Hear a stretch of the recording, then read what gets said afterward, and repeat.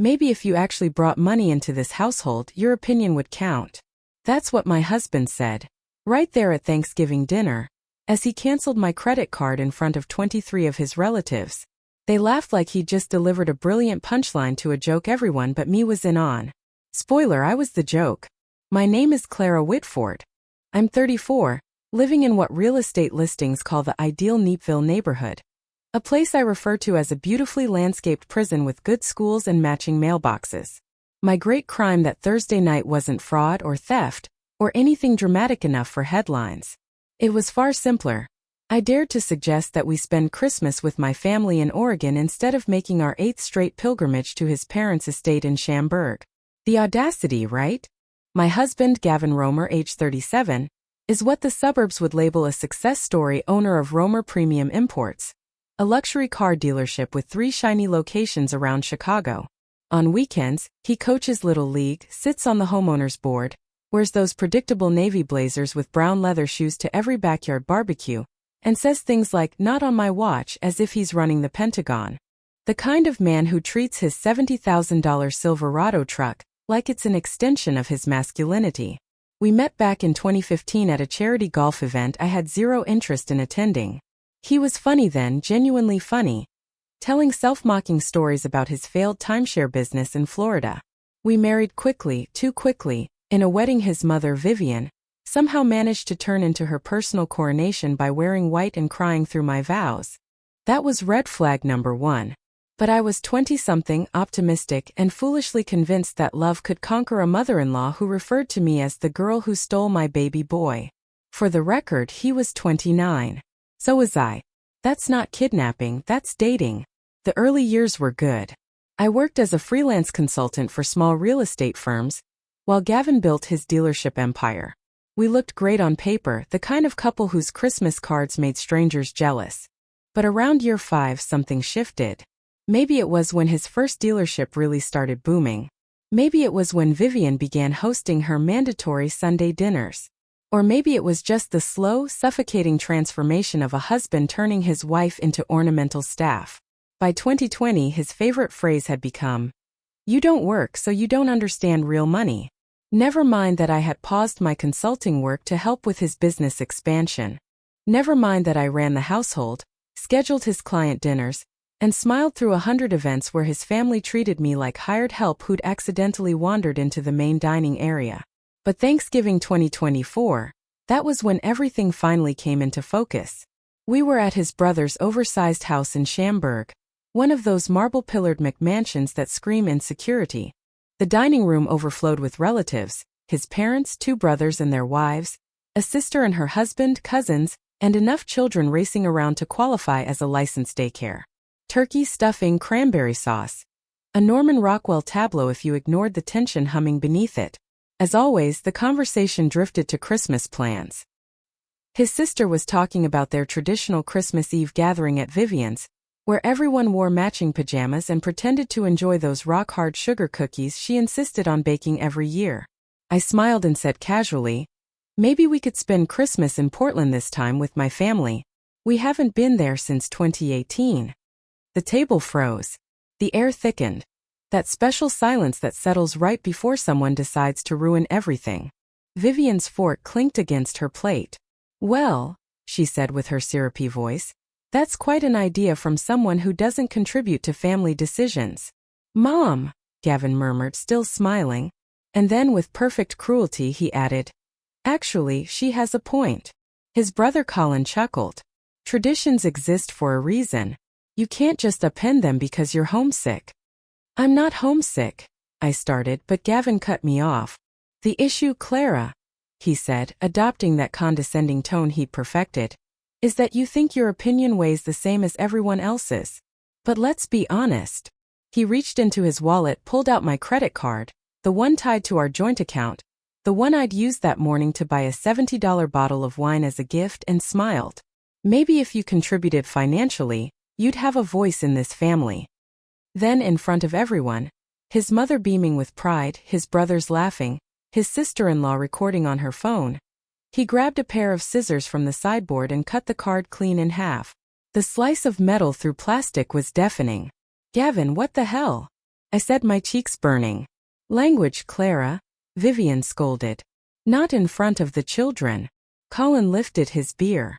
Sometimes you just have to lay down the law, brother. The wives giggled. The cousins exchanged smirks. And my husband, the man who'd promised to honor and cherish me, simply shrugged and said, maybe this will help you learn about financial responsibility and knowing your place. I sat there staring at the two halves of my credit card beside my untouched slice of pecan pie, and it hit me with terrifying clarity. This wasn't a bad day. It wasn't a rough patch. This was my life and had been for years. I'd been so busy trying to be the perfect wife that I hadn't noticed I'd become the family's favorite punchline. But here's the funny thing about being underestimated, dismissed, and treated like you're invisible. It gives you an advantage no one sees coming. While Gavin basked in his little display of dominance, while Vivian congratulated her son for handling me, while 23 people laughed at my expense, not one of them knew the truth. None of them had the faintest idea about what existed quietly in my name. Untouched, untouchable, resting safely in a downtown law office's trust account. That's when I realized something that made me smile into my ruined dessert. Revenge doesn't need to be loud. The best kind is quiet, when you let people figure out they've been playing checkers while you've been playing chess.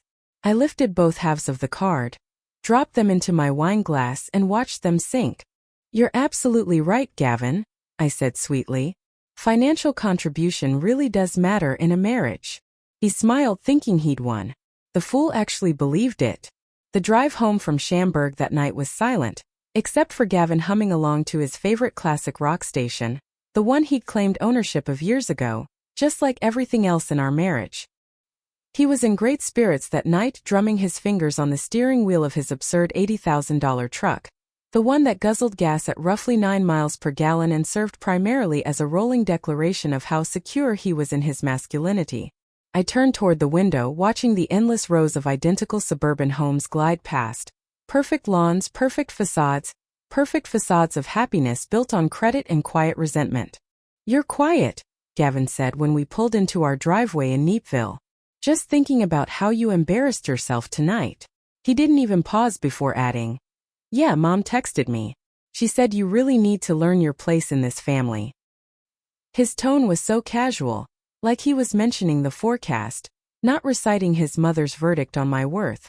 Your mom has a lot of opinions for someone whose greatest achievement is raising 3 grown men who can't cook a single meal, I said flatly. Wow, he chuckled. You're still salty about the credit card thing, Clara. It was just a teaching moment. You need to understand how a household actually works. I understand perfectly, I replied. I've been running ours for 9 years. He parked in the garage and shut off the engine. Running it, he repeated, laughing under his breath. Babe, you order takeout and occasionally vacuum. That's not managing a household. That's existing in one. When you start bringing in real money, then we can talk about contributions. There it was again, that poisonous phrase, real money. As if the years I spent cultivating his client relationships, organizing his events, managing his calendar, and shelving my own career didn't count simply because there wasn't a paycheck attached. We went inside. He grabbed a beer from the fridge, dropped onto the couch and switched on ESPN. Just another Thursday night in paradise. I'm going to bed, I said quietly. Cool. Oh, before you go, we need to confirm Christmas plans. I already told Mom we'll be there Christmas Eve through the 26th. She's planning the whole menu around us. Of course she is. What's that supposed to mean? Nothing, Gavin. Absolutely nothing. I climbed the stairs, brushing my teeth in the bathroom we'd remodeled 2 years earlier using profits from his second dealership, the one I'd helped him launch. I used my toothbrush, the cheap manual one, because when I asked for an electric one like his, he called it wasteful. We can share, he'd said. I changed into pajamas in our walk-in closet, the one he'd nearly filled with his suits, leaving me a third of the space because, as he'd said, I need room for my blazers. Tiny things. Small humiliations. The kind that pile up slowly until one day you realize you're suffocating and can't remember when you stop being able to breathe. The next morning, Black Friday, Gavin left before dawn. Biggest sales day of the year, he said, already in his navy jacket and polished shoes. Don't wait up. I waited exactly 45 minutes after the garage door closed. Then I got dressed, navy pantsuit, pressed white blouse. The same outfit I'd bought 3 years earlier for a business meeting I never ended up having. By 7, I was driving down Michigan Avenue, the skyline glowing silver in the early light. The law offices of Easton and Associates occupied the 23rd floor of a sleek glass tower that mirrored Lake Michigan on clear days. I'd only been there once before, in 2019, right after my grandfather's funeral. Gavin hadn't come, too busy with a car auction in Indianapolis. Sign whatever they need, he'd told me. It's probably a few trinkets and an old savings account. The receptionist looked up when I entered. Mrs. Whitford, we weren't expecting you. Do you have an appointment? No, I said. But I need to see Harold Easton if he's available. It's regarding my grandfather's trust. Let me check. 5 minutes later, I was seated across from Harold. A man in his 60s, kind-eyed behind wire-rimmed glasses, radiating the quiet patience of someone who's spent decades untangling family wealth and drama. Clara, he greeted warmly. It's been a while. What can I do for you today? I need clarification about the trust, specifically the building on Clark Street that my grandfather left me. The commercial one. Who are the current tenants? He typed briefly, scrolling through his files. Let's see. Clark Street, downtown Chicago. Ah yes, a beautiful property. Your grandfather had impeccable taste in real estate. Currently, there are 3 tenants. A coffee shop on the ground floor, a boutique law firm on the second, and Romer Premium Imports occupies the 3rd floor. I blinked. I'm sorry, what did you just say? Romer Premium Imports, he repeated. They've been leasing the 3rd floor since 2018. Monthly rent of $11,000. Excellent tenants. Never miss a payment. My pulse quickened. Gavin's flagship dealership, the crown jewel of his empire, was operating out of my building. The one I owned. The one he paid rent for. Rent that went directly into a trust account under my name. The lease term? I asked. Standard commercial contract, he said. 5-year duration. It's set to renew in March of 2025. Either party can opt out with 90 days notice. So, if I filed notice in December, the lease would end in March, yes. Though I'd advise caution, ending an arrangement with family can complicate things. Is everything all right, Clara? I thought of Gavin cutting my credit card in front of 24 witnesses. I thought of Vivian's approving smile. I thought of 9 years of being told I didn't matter, didn't earn, didn't count. Everything is perfect, Harold, I said with a calmness that surprised even me. Actually, I'd like to review the entire scope of the trust, the full portfolio. He nodded, pulling up more documents. The trust currently holds $4.2 million in municipal bonds and treasury securities, generating roughly $130,000 in annual interest. The Clark Street property itself is valued around $8.9 million. The coffee shop and law firm contribute an additional $14,000 monthly in rent. All income flows directly into your trust account. I smiled faintly, the weight of the discovery settling in. For 9 years he told me I didn't bring in real money, all while paying it to me every single month. It's been that way since your grandfather passed, Harold said gently. You've never withdrawn a single cent. I didn't know I could, I admitted. He gave a soft smile. It's your money, Clara. Has been for 5 years now. Your husband never mentioned it? My husband was too busy at a car auction to attend the will reading, I said. You sent the documents afterward. I signed them without really reading. I thought it was just a small inheritance.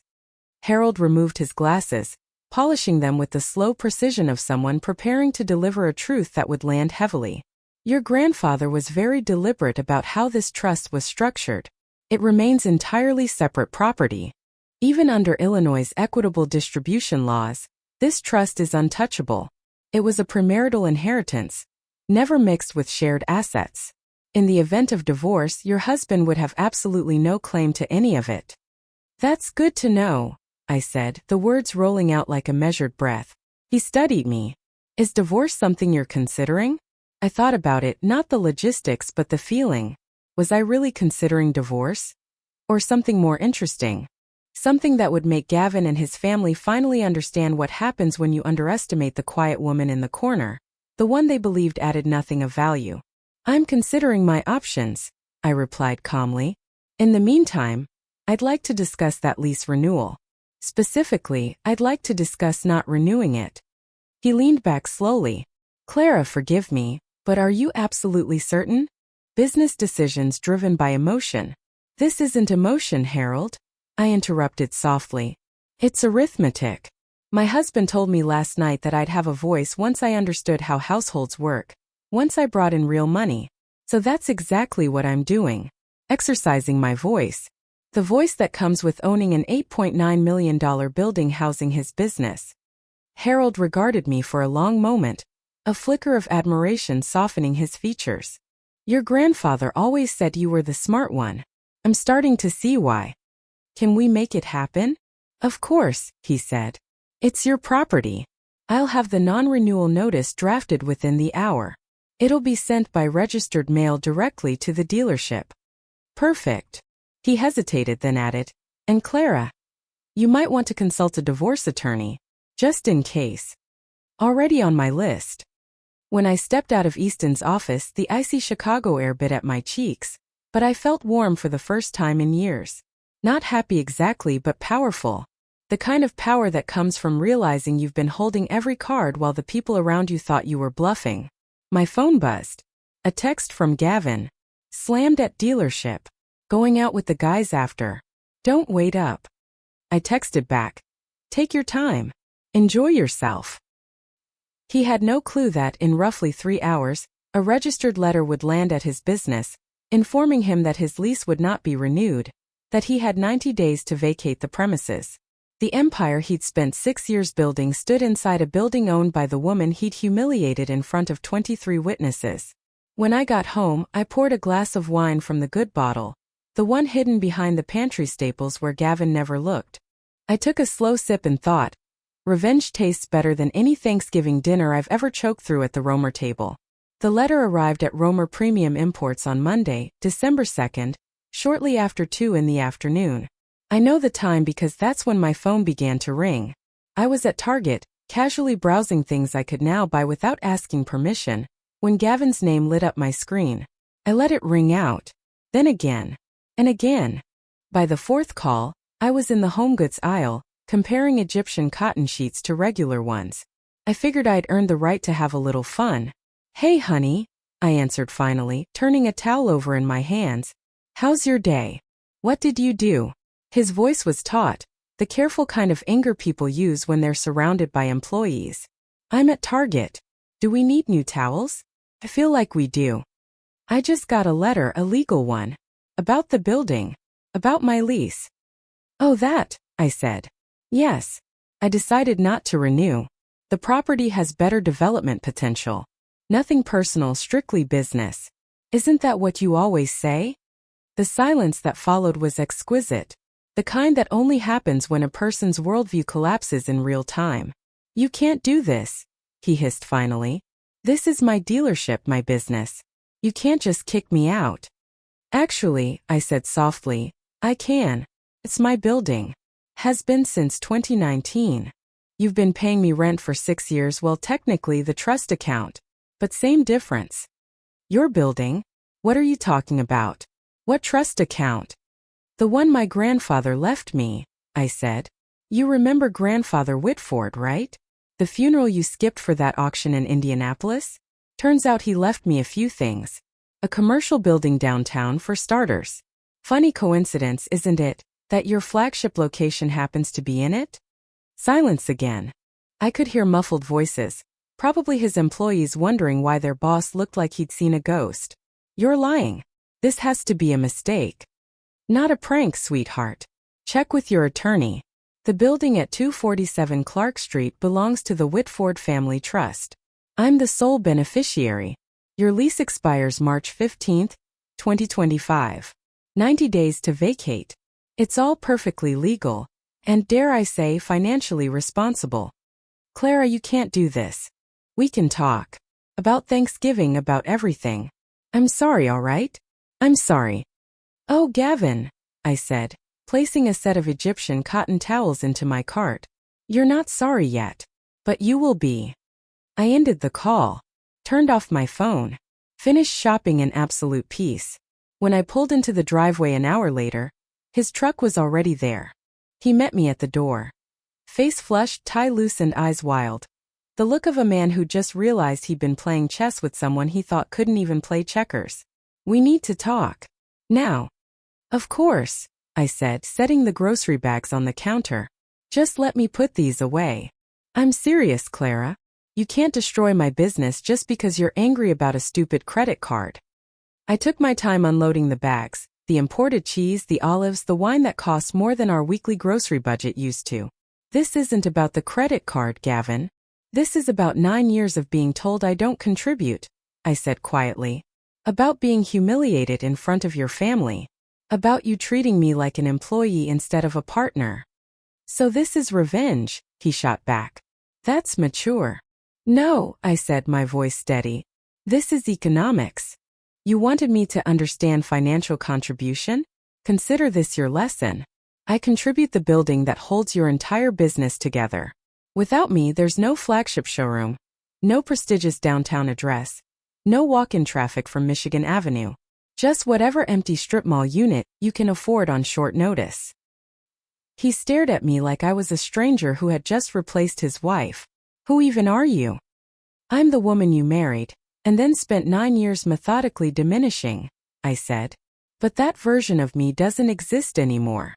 "We can fix this," he pleaded. "We can try counseling. I'll apologize in front of my family if that's what it takes. Just don't do this." "What I want," I said, "is a divorce." The word landed between us like smoke, slow and heavy, impossible to ignore. I had been thinking it for days, but saying it aloud made it real, irreversible. "You don't mean that." "I absolutely do," I said. "I already spoke to an attorney this morning. Filed the papers this afternoon. You'll be served within the week. And don't worry, Illinois is an equitable distribution state. But my inheritance is premarital, completely separate. You have no claim to any of it. We'll split everything else 50-50. You can keep your truck. I'll keep my sanity." "This is insane," he muttered. "You're throwing away 9 years of marriage over one bad night." "One bad night?" I laughed, a real cathartic laugh that echoed off the walls. "Gavin, it's been one long bad night for about 6 years. I just finally woke up and realized I deserve more than being the punchline to your family's jokes." He tried everything. Pleading, bargaining, blaming stress, even shifting the weight onto his mother, saying she pushed him too hard. He promised to change, to listen, to do better. But I'd stopped accepting apologies that came only after exposure. I was done with excuses. Over the next 2 weeks, I learned more about Illinois divorce law than I'd ever expected to. I studied equitable distribution, marital versus separate property, and how courts evaluate non-financial contributions to a household. My attorney, Linda Carver, was a legend in Chicago's legal circles, famous for dismantling arrogant husbands with surgical precision. During our second meeting, she leaned back in her chair and said, "Your case is simple, Clara. The trust is airtight. He has no legal claim. The marital assets are small compared to your separate property.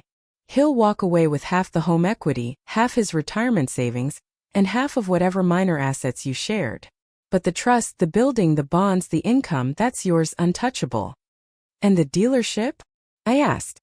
She smirked. "His problem. You own the building, not the business. You have no obligation to renew his lease, none whatsoever. Even if you weren't getting divorced, you'd still have every right to end it. Let him fight if he wants. Men like him are used to being in control, used to their wives folding under pressure. You're not folding.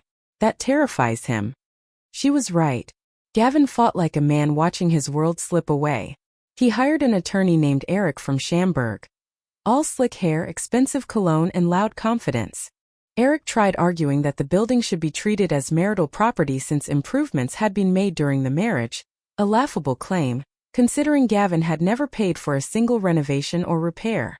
Then he claimed my non-renewal was vindictive, punitive, and designed to destroy his livelihood. Linda dismantled every argument with precise, clinical efficiency that made me understand why she charged $400 an hour. Meanwhile, the clock kept ticking. 90 days. Gavin scrambled to find a new location, but everything available was either too small or too expensive. His business began to bleed money. Clients drifted to competitors. His brothers stopped answering his calls when he asked for loans. Then came the call from Vivian Christmas Eve. I almost let it go to voicemail, but curiosity got the better of me. "You've destroyed my son," she said, her voice sharp as broken glass. "Your son destroyed himself," I replied evenly. "I just stopped enabling it." "We treated you like family," she snapped. "No," I said. "You treated me like the help. There's a difference." "You'll regret this," she hissed. "Karma has a way of catching up to people." "Funny," I said. "I was just thinking the same thing about you. That Christmas I was in Portland with my real family. The people who had always valued me, even when they didn't fully understand why I stayed. My mother cried when I told her everything. My father, quiet and steady, simply said, 'About time you remembered who you are.' New Year's came. Gavin moved out the first week of January, taking his truck, his wardrobe, and his bruised ego to a small rental near his collapsing dealership. The divorce moved quickly through the courts. No children, no complicated assets, just two people untangling something that should have unraveled long ago.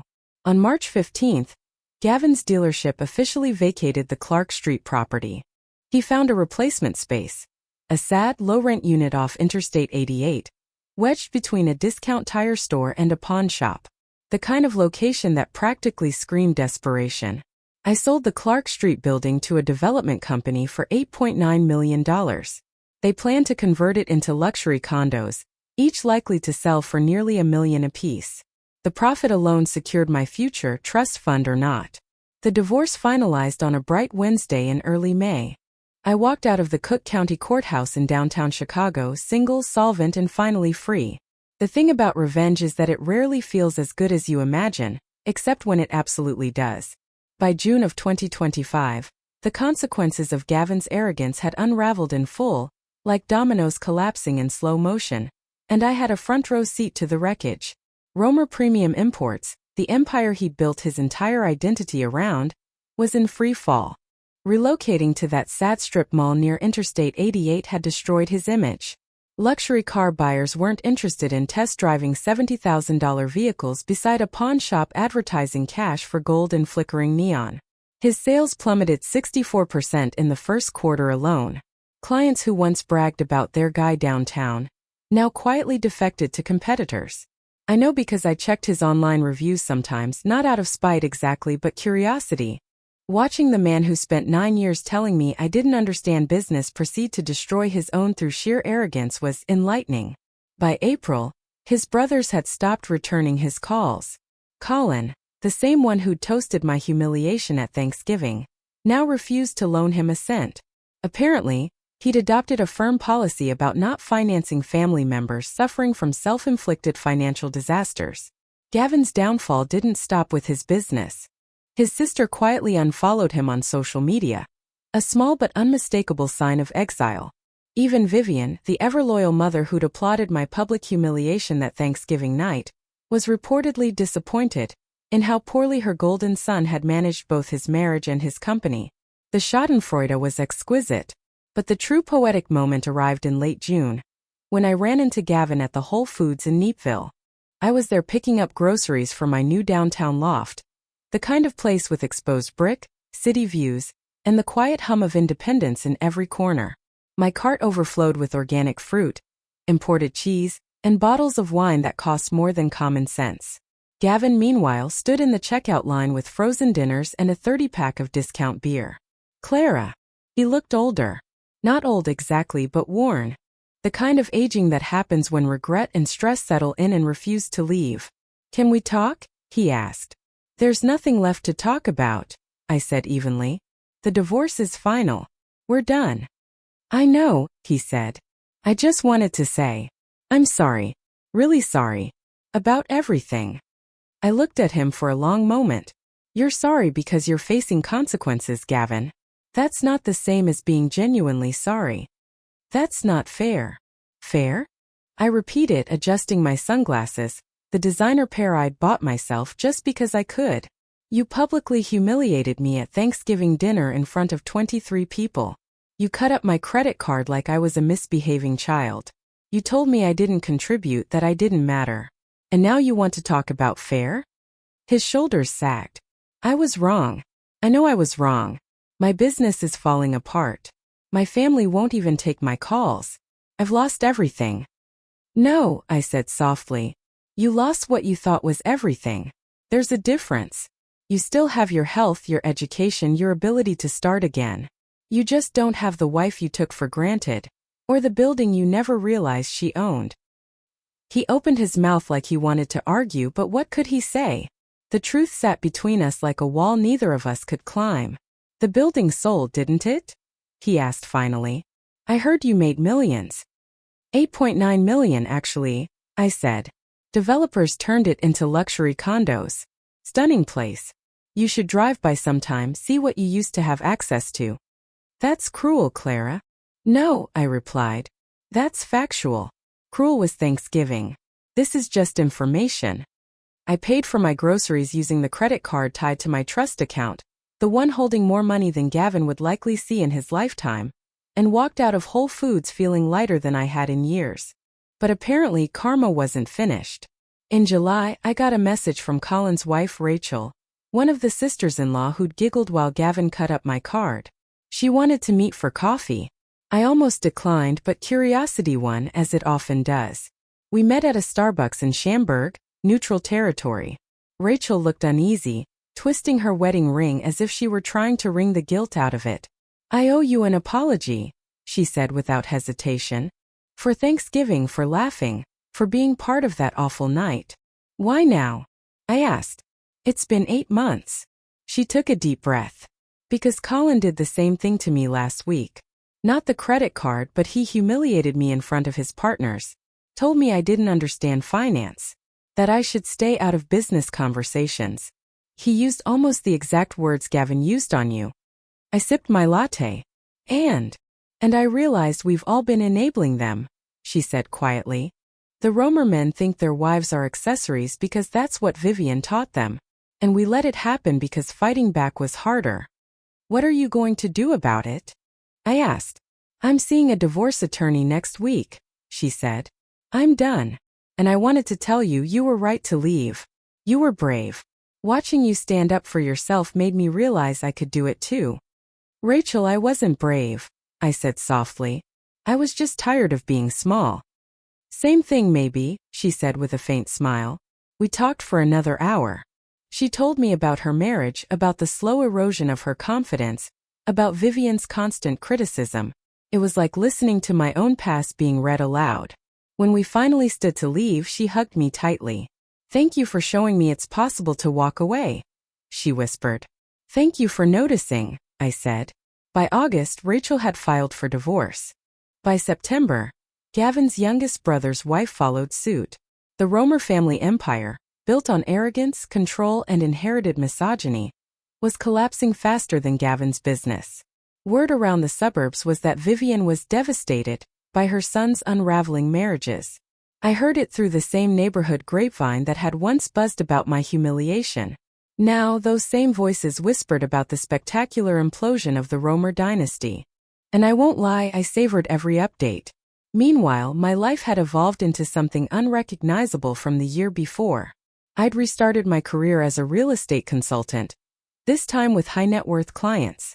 Managing a $4.2 million trust and selling an $8.9 million property had earned me more credibility than any degree ever could. My loft in downtown Chicago had floor-to-ceiling windows overlooking Lake Michigan. I filled it with modern furniture and artwork that actually meant something to me, not the sterile look successful decor Gavin had insisted on. For the first time in years, I had friends again, genuine ones, not business wives playing nice for optics. In October, I took a 3-week trip through Italy, something Gavin had always dismissed as impractical.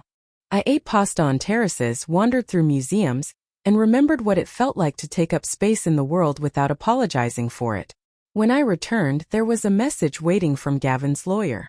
Apparently, he was struggling with his share of the divorce settlement. Could we discuss a reduced payment plan? I told Linda to respond with one word, no. In November, almost exactly 1 year after the Thanksgiving disaster, I drove past the old Clark Street building. The transformation was breathtaking. All glass and steel, rooftop terrace, floor-to-ceiling windows. Units priced between $900,000 and $1.2 million. Every single one already sold. I parked across the street for a moment, watching the reflection of the setting sun ripple across the glass. Somewhere across town, Gavin was still struggling to sell $70,000 cars beside a pawn shop flashing neon cash for gold signs. And as I sat there, I thought, poetic justice doesn't always come with noise or fury. Sometimes it comes quietly, wrapped in success, peace, and the life they swore you'd never have without them. I sometimes think about Vivian, about the moment she must have realized that all three of her sons were getting divorced, each abandoned by wives who finally understood they deserved better. I picture her sitting at that same Thanksgiving table, replaying the sound of scissors slicing through my credit card while 23 people laughed, unaware they were watching the beginning of the Romer family's unraveling. And then I stopped thinking about them altogether. Because the truth is, the best revenge isn't about making someone else suffer. The best revenge is building a life so full and rich that their opinions cease to matter. It's December now. I'm sitting on my rooftop terrace in downtown Chicago, wrapped in a cashmere blanket I bought myself, sipping wine that costs more than Gavin's former car payment, watching snow drift down over Lake Michigan. It's been 1 year and 1 month since the Thanksgiving that changed everything. People sometimes ask whether I regret it, whether I feel guilty about the collapse of Gavin's business, about the ripple effects that tore through the Romer family, about being the spark that burned down a dynasty of controlling husbands and complicit wives. The answer is simple: no. Not even a little. Here's what I've learned over the past 13 months. You can't destroy what was already broken. I didn't ruin Gavin's company. His arrogance did that. His refusal to verify the very building he operated from did that. I didn't end 3 marriages, their behavior did. I was just the first domino to fall, and the others finally realized they didn't have to keep standing. Vivian even sent me a Christmas card this year. She must have gone to some effort to find my new address. The cover showed a generic winter landscape. Inside, in careful handwriting, she'd written, "I hope you're happy with what you've done to this family." I dropped it straight into the recycling bin. Her happiness, or her approval, stopped mattering to me around March. As for Gavin, the gossip mill says he's managing. 2 of his 3 dealerships are gone. He runs a smaller used car lot now. He sold the $80,000 truck, downsized to a modest apartment, and allegedly started therapy. Good for him. Growth counts, even when it's born from collapse. Colin and his youngest brother are both divorced. Rachel, now a financial analyst, is thriving and dating someone who treats her as an equal. A concept apparently revolutionary in that family. The youngest brother's ex-wife moved to Colorado and started a custom furniture business. Every so often they both text me a thank you for showing them the door. But they walked through it themselves. I just left it open. My own business has taken off. Turns out that running a household, managing relationships, and observing power dynamics for nearly a decade are excellent qualifications for consulting. I now handle commercial property portfolios for high-net-worth clients, and I'm good at it. Not helpful spouse good. Professionally, undeniably good. The kind of good that grows from finally trusting your own expertise. In October, I bought myself a car. A sleek, reliable luxury sedan. I picked it because I liked it, not because someone else needed to approve. I joined a book club with women who actually read the books and have opinions. I take painting classes on Thursdays. I travel where and when I want. I eat what I want. I spend my money however I please, without explanation, apology, or permission. So yes, this is what freedom feels like. And if that's true, then I spent 9 years in a prison I didn't realize had locks on the doors. My family came to visit for Christmas. My parents, my sister, her husband, their kids. We stayed in my loft, ordered far too much takeout, and ignored everyone else's traditions. My mother cried when she saw how I'd filled the space, with art that reflected me, not some image of who I was supposed to be. "You look different," my sister said on Christmas Eve. "Lighter." "I am lighter," I told her. "About 190 pounds lighter, to be exact." She laughed. "That's about what Gavin weighs." "Weighed," I corrected. Past tense. On New Year's Eve, I stood on my terrace again, fireworks bursting over the frozen lake, and thought about the woman I'd been a year earlier, small, polite, trying to earn respect from people who'd never offer it. I remembered the sound of scissors cutting through plastic, the sting of laughter, the quiet satisfaction of signing divorce papers. The truth about revenge is that it isn't about inflicting pain. It's about reclaiming the parts of yourself you handed away in the name of peace. It's about taking back the power you forgot was yours. Gavin wanted me to understand financial contribution. Mission accomplished. I understood it so completely that I used it to rebuild an entire life without him in it.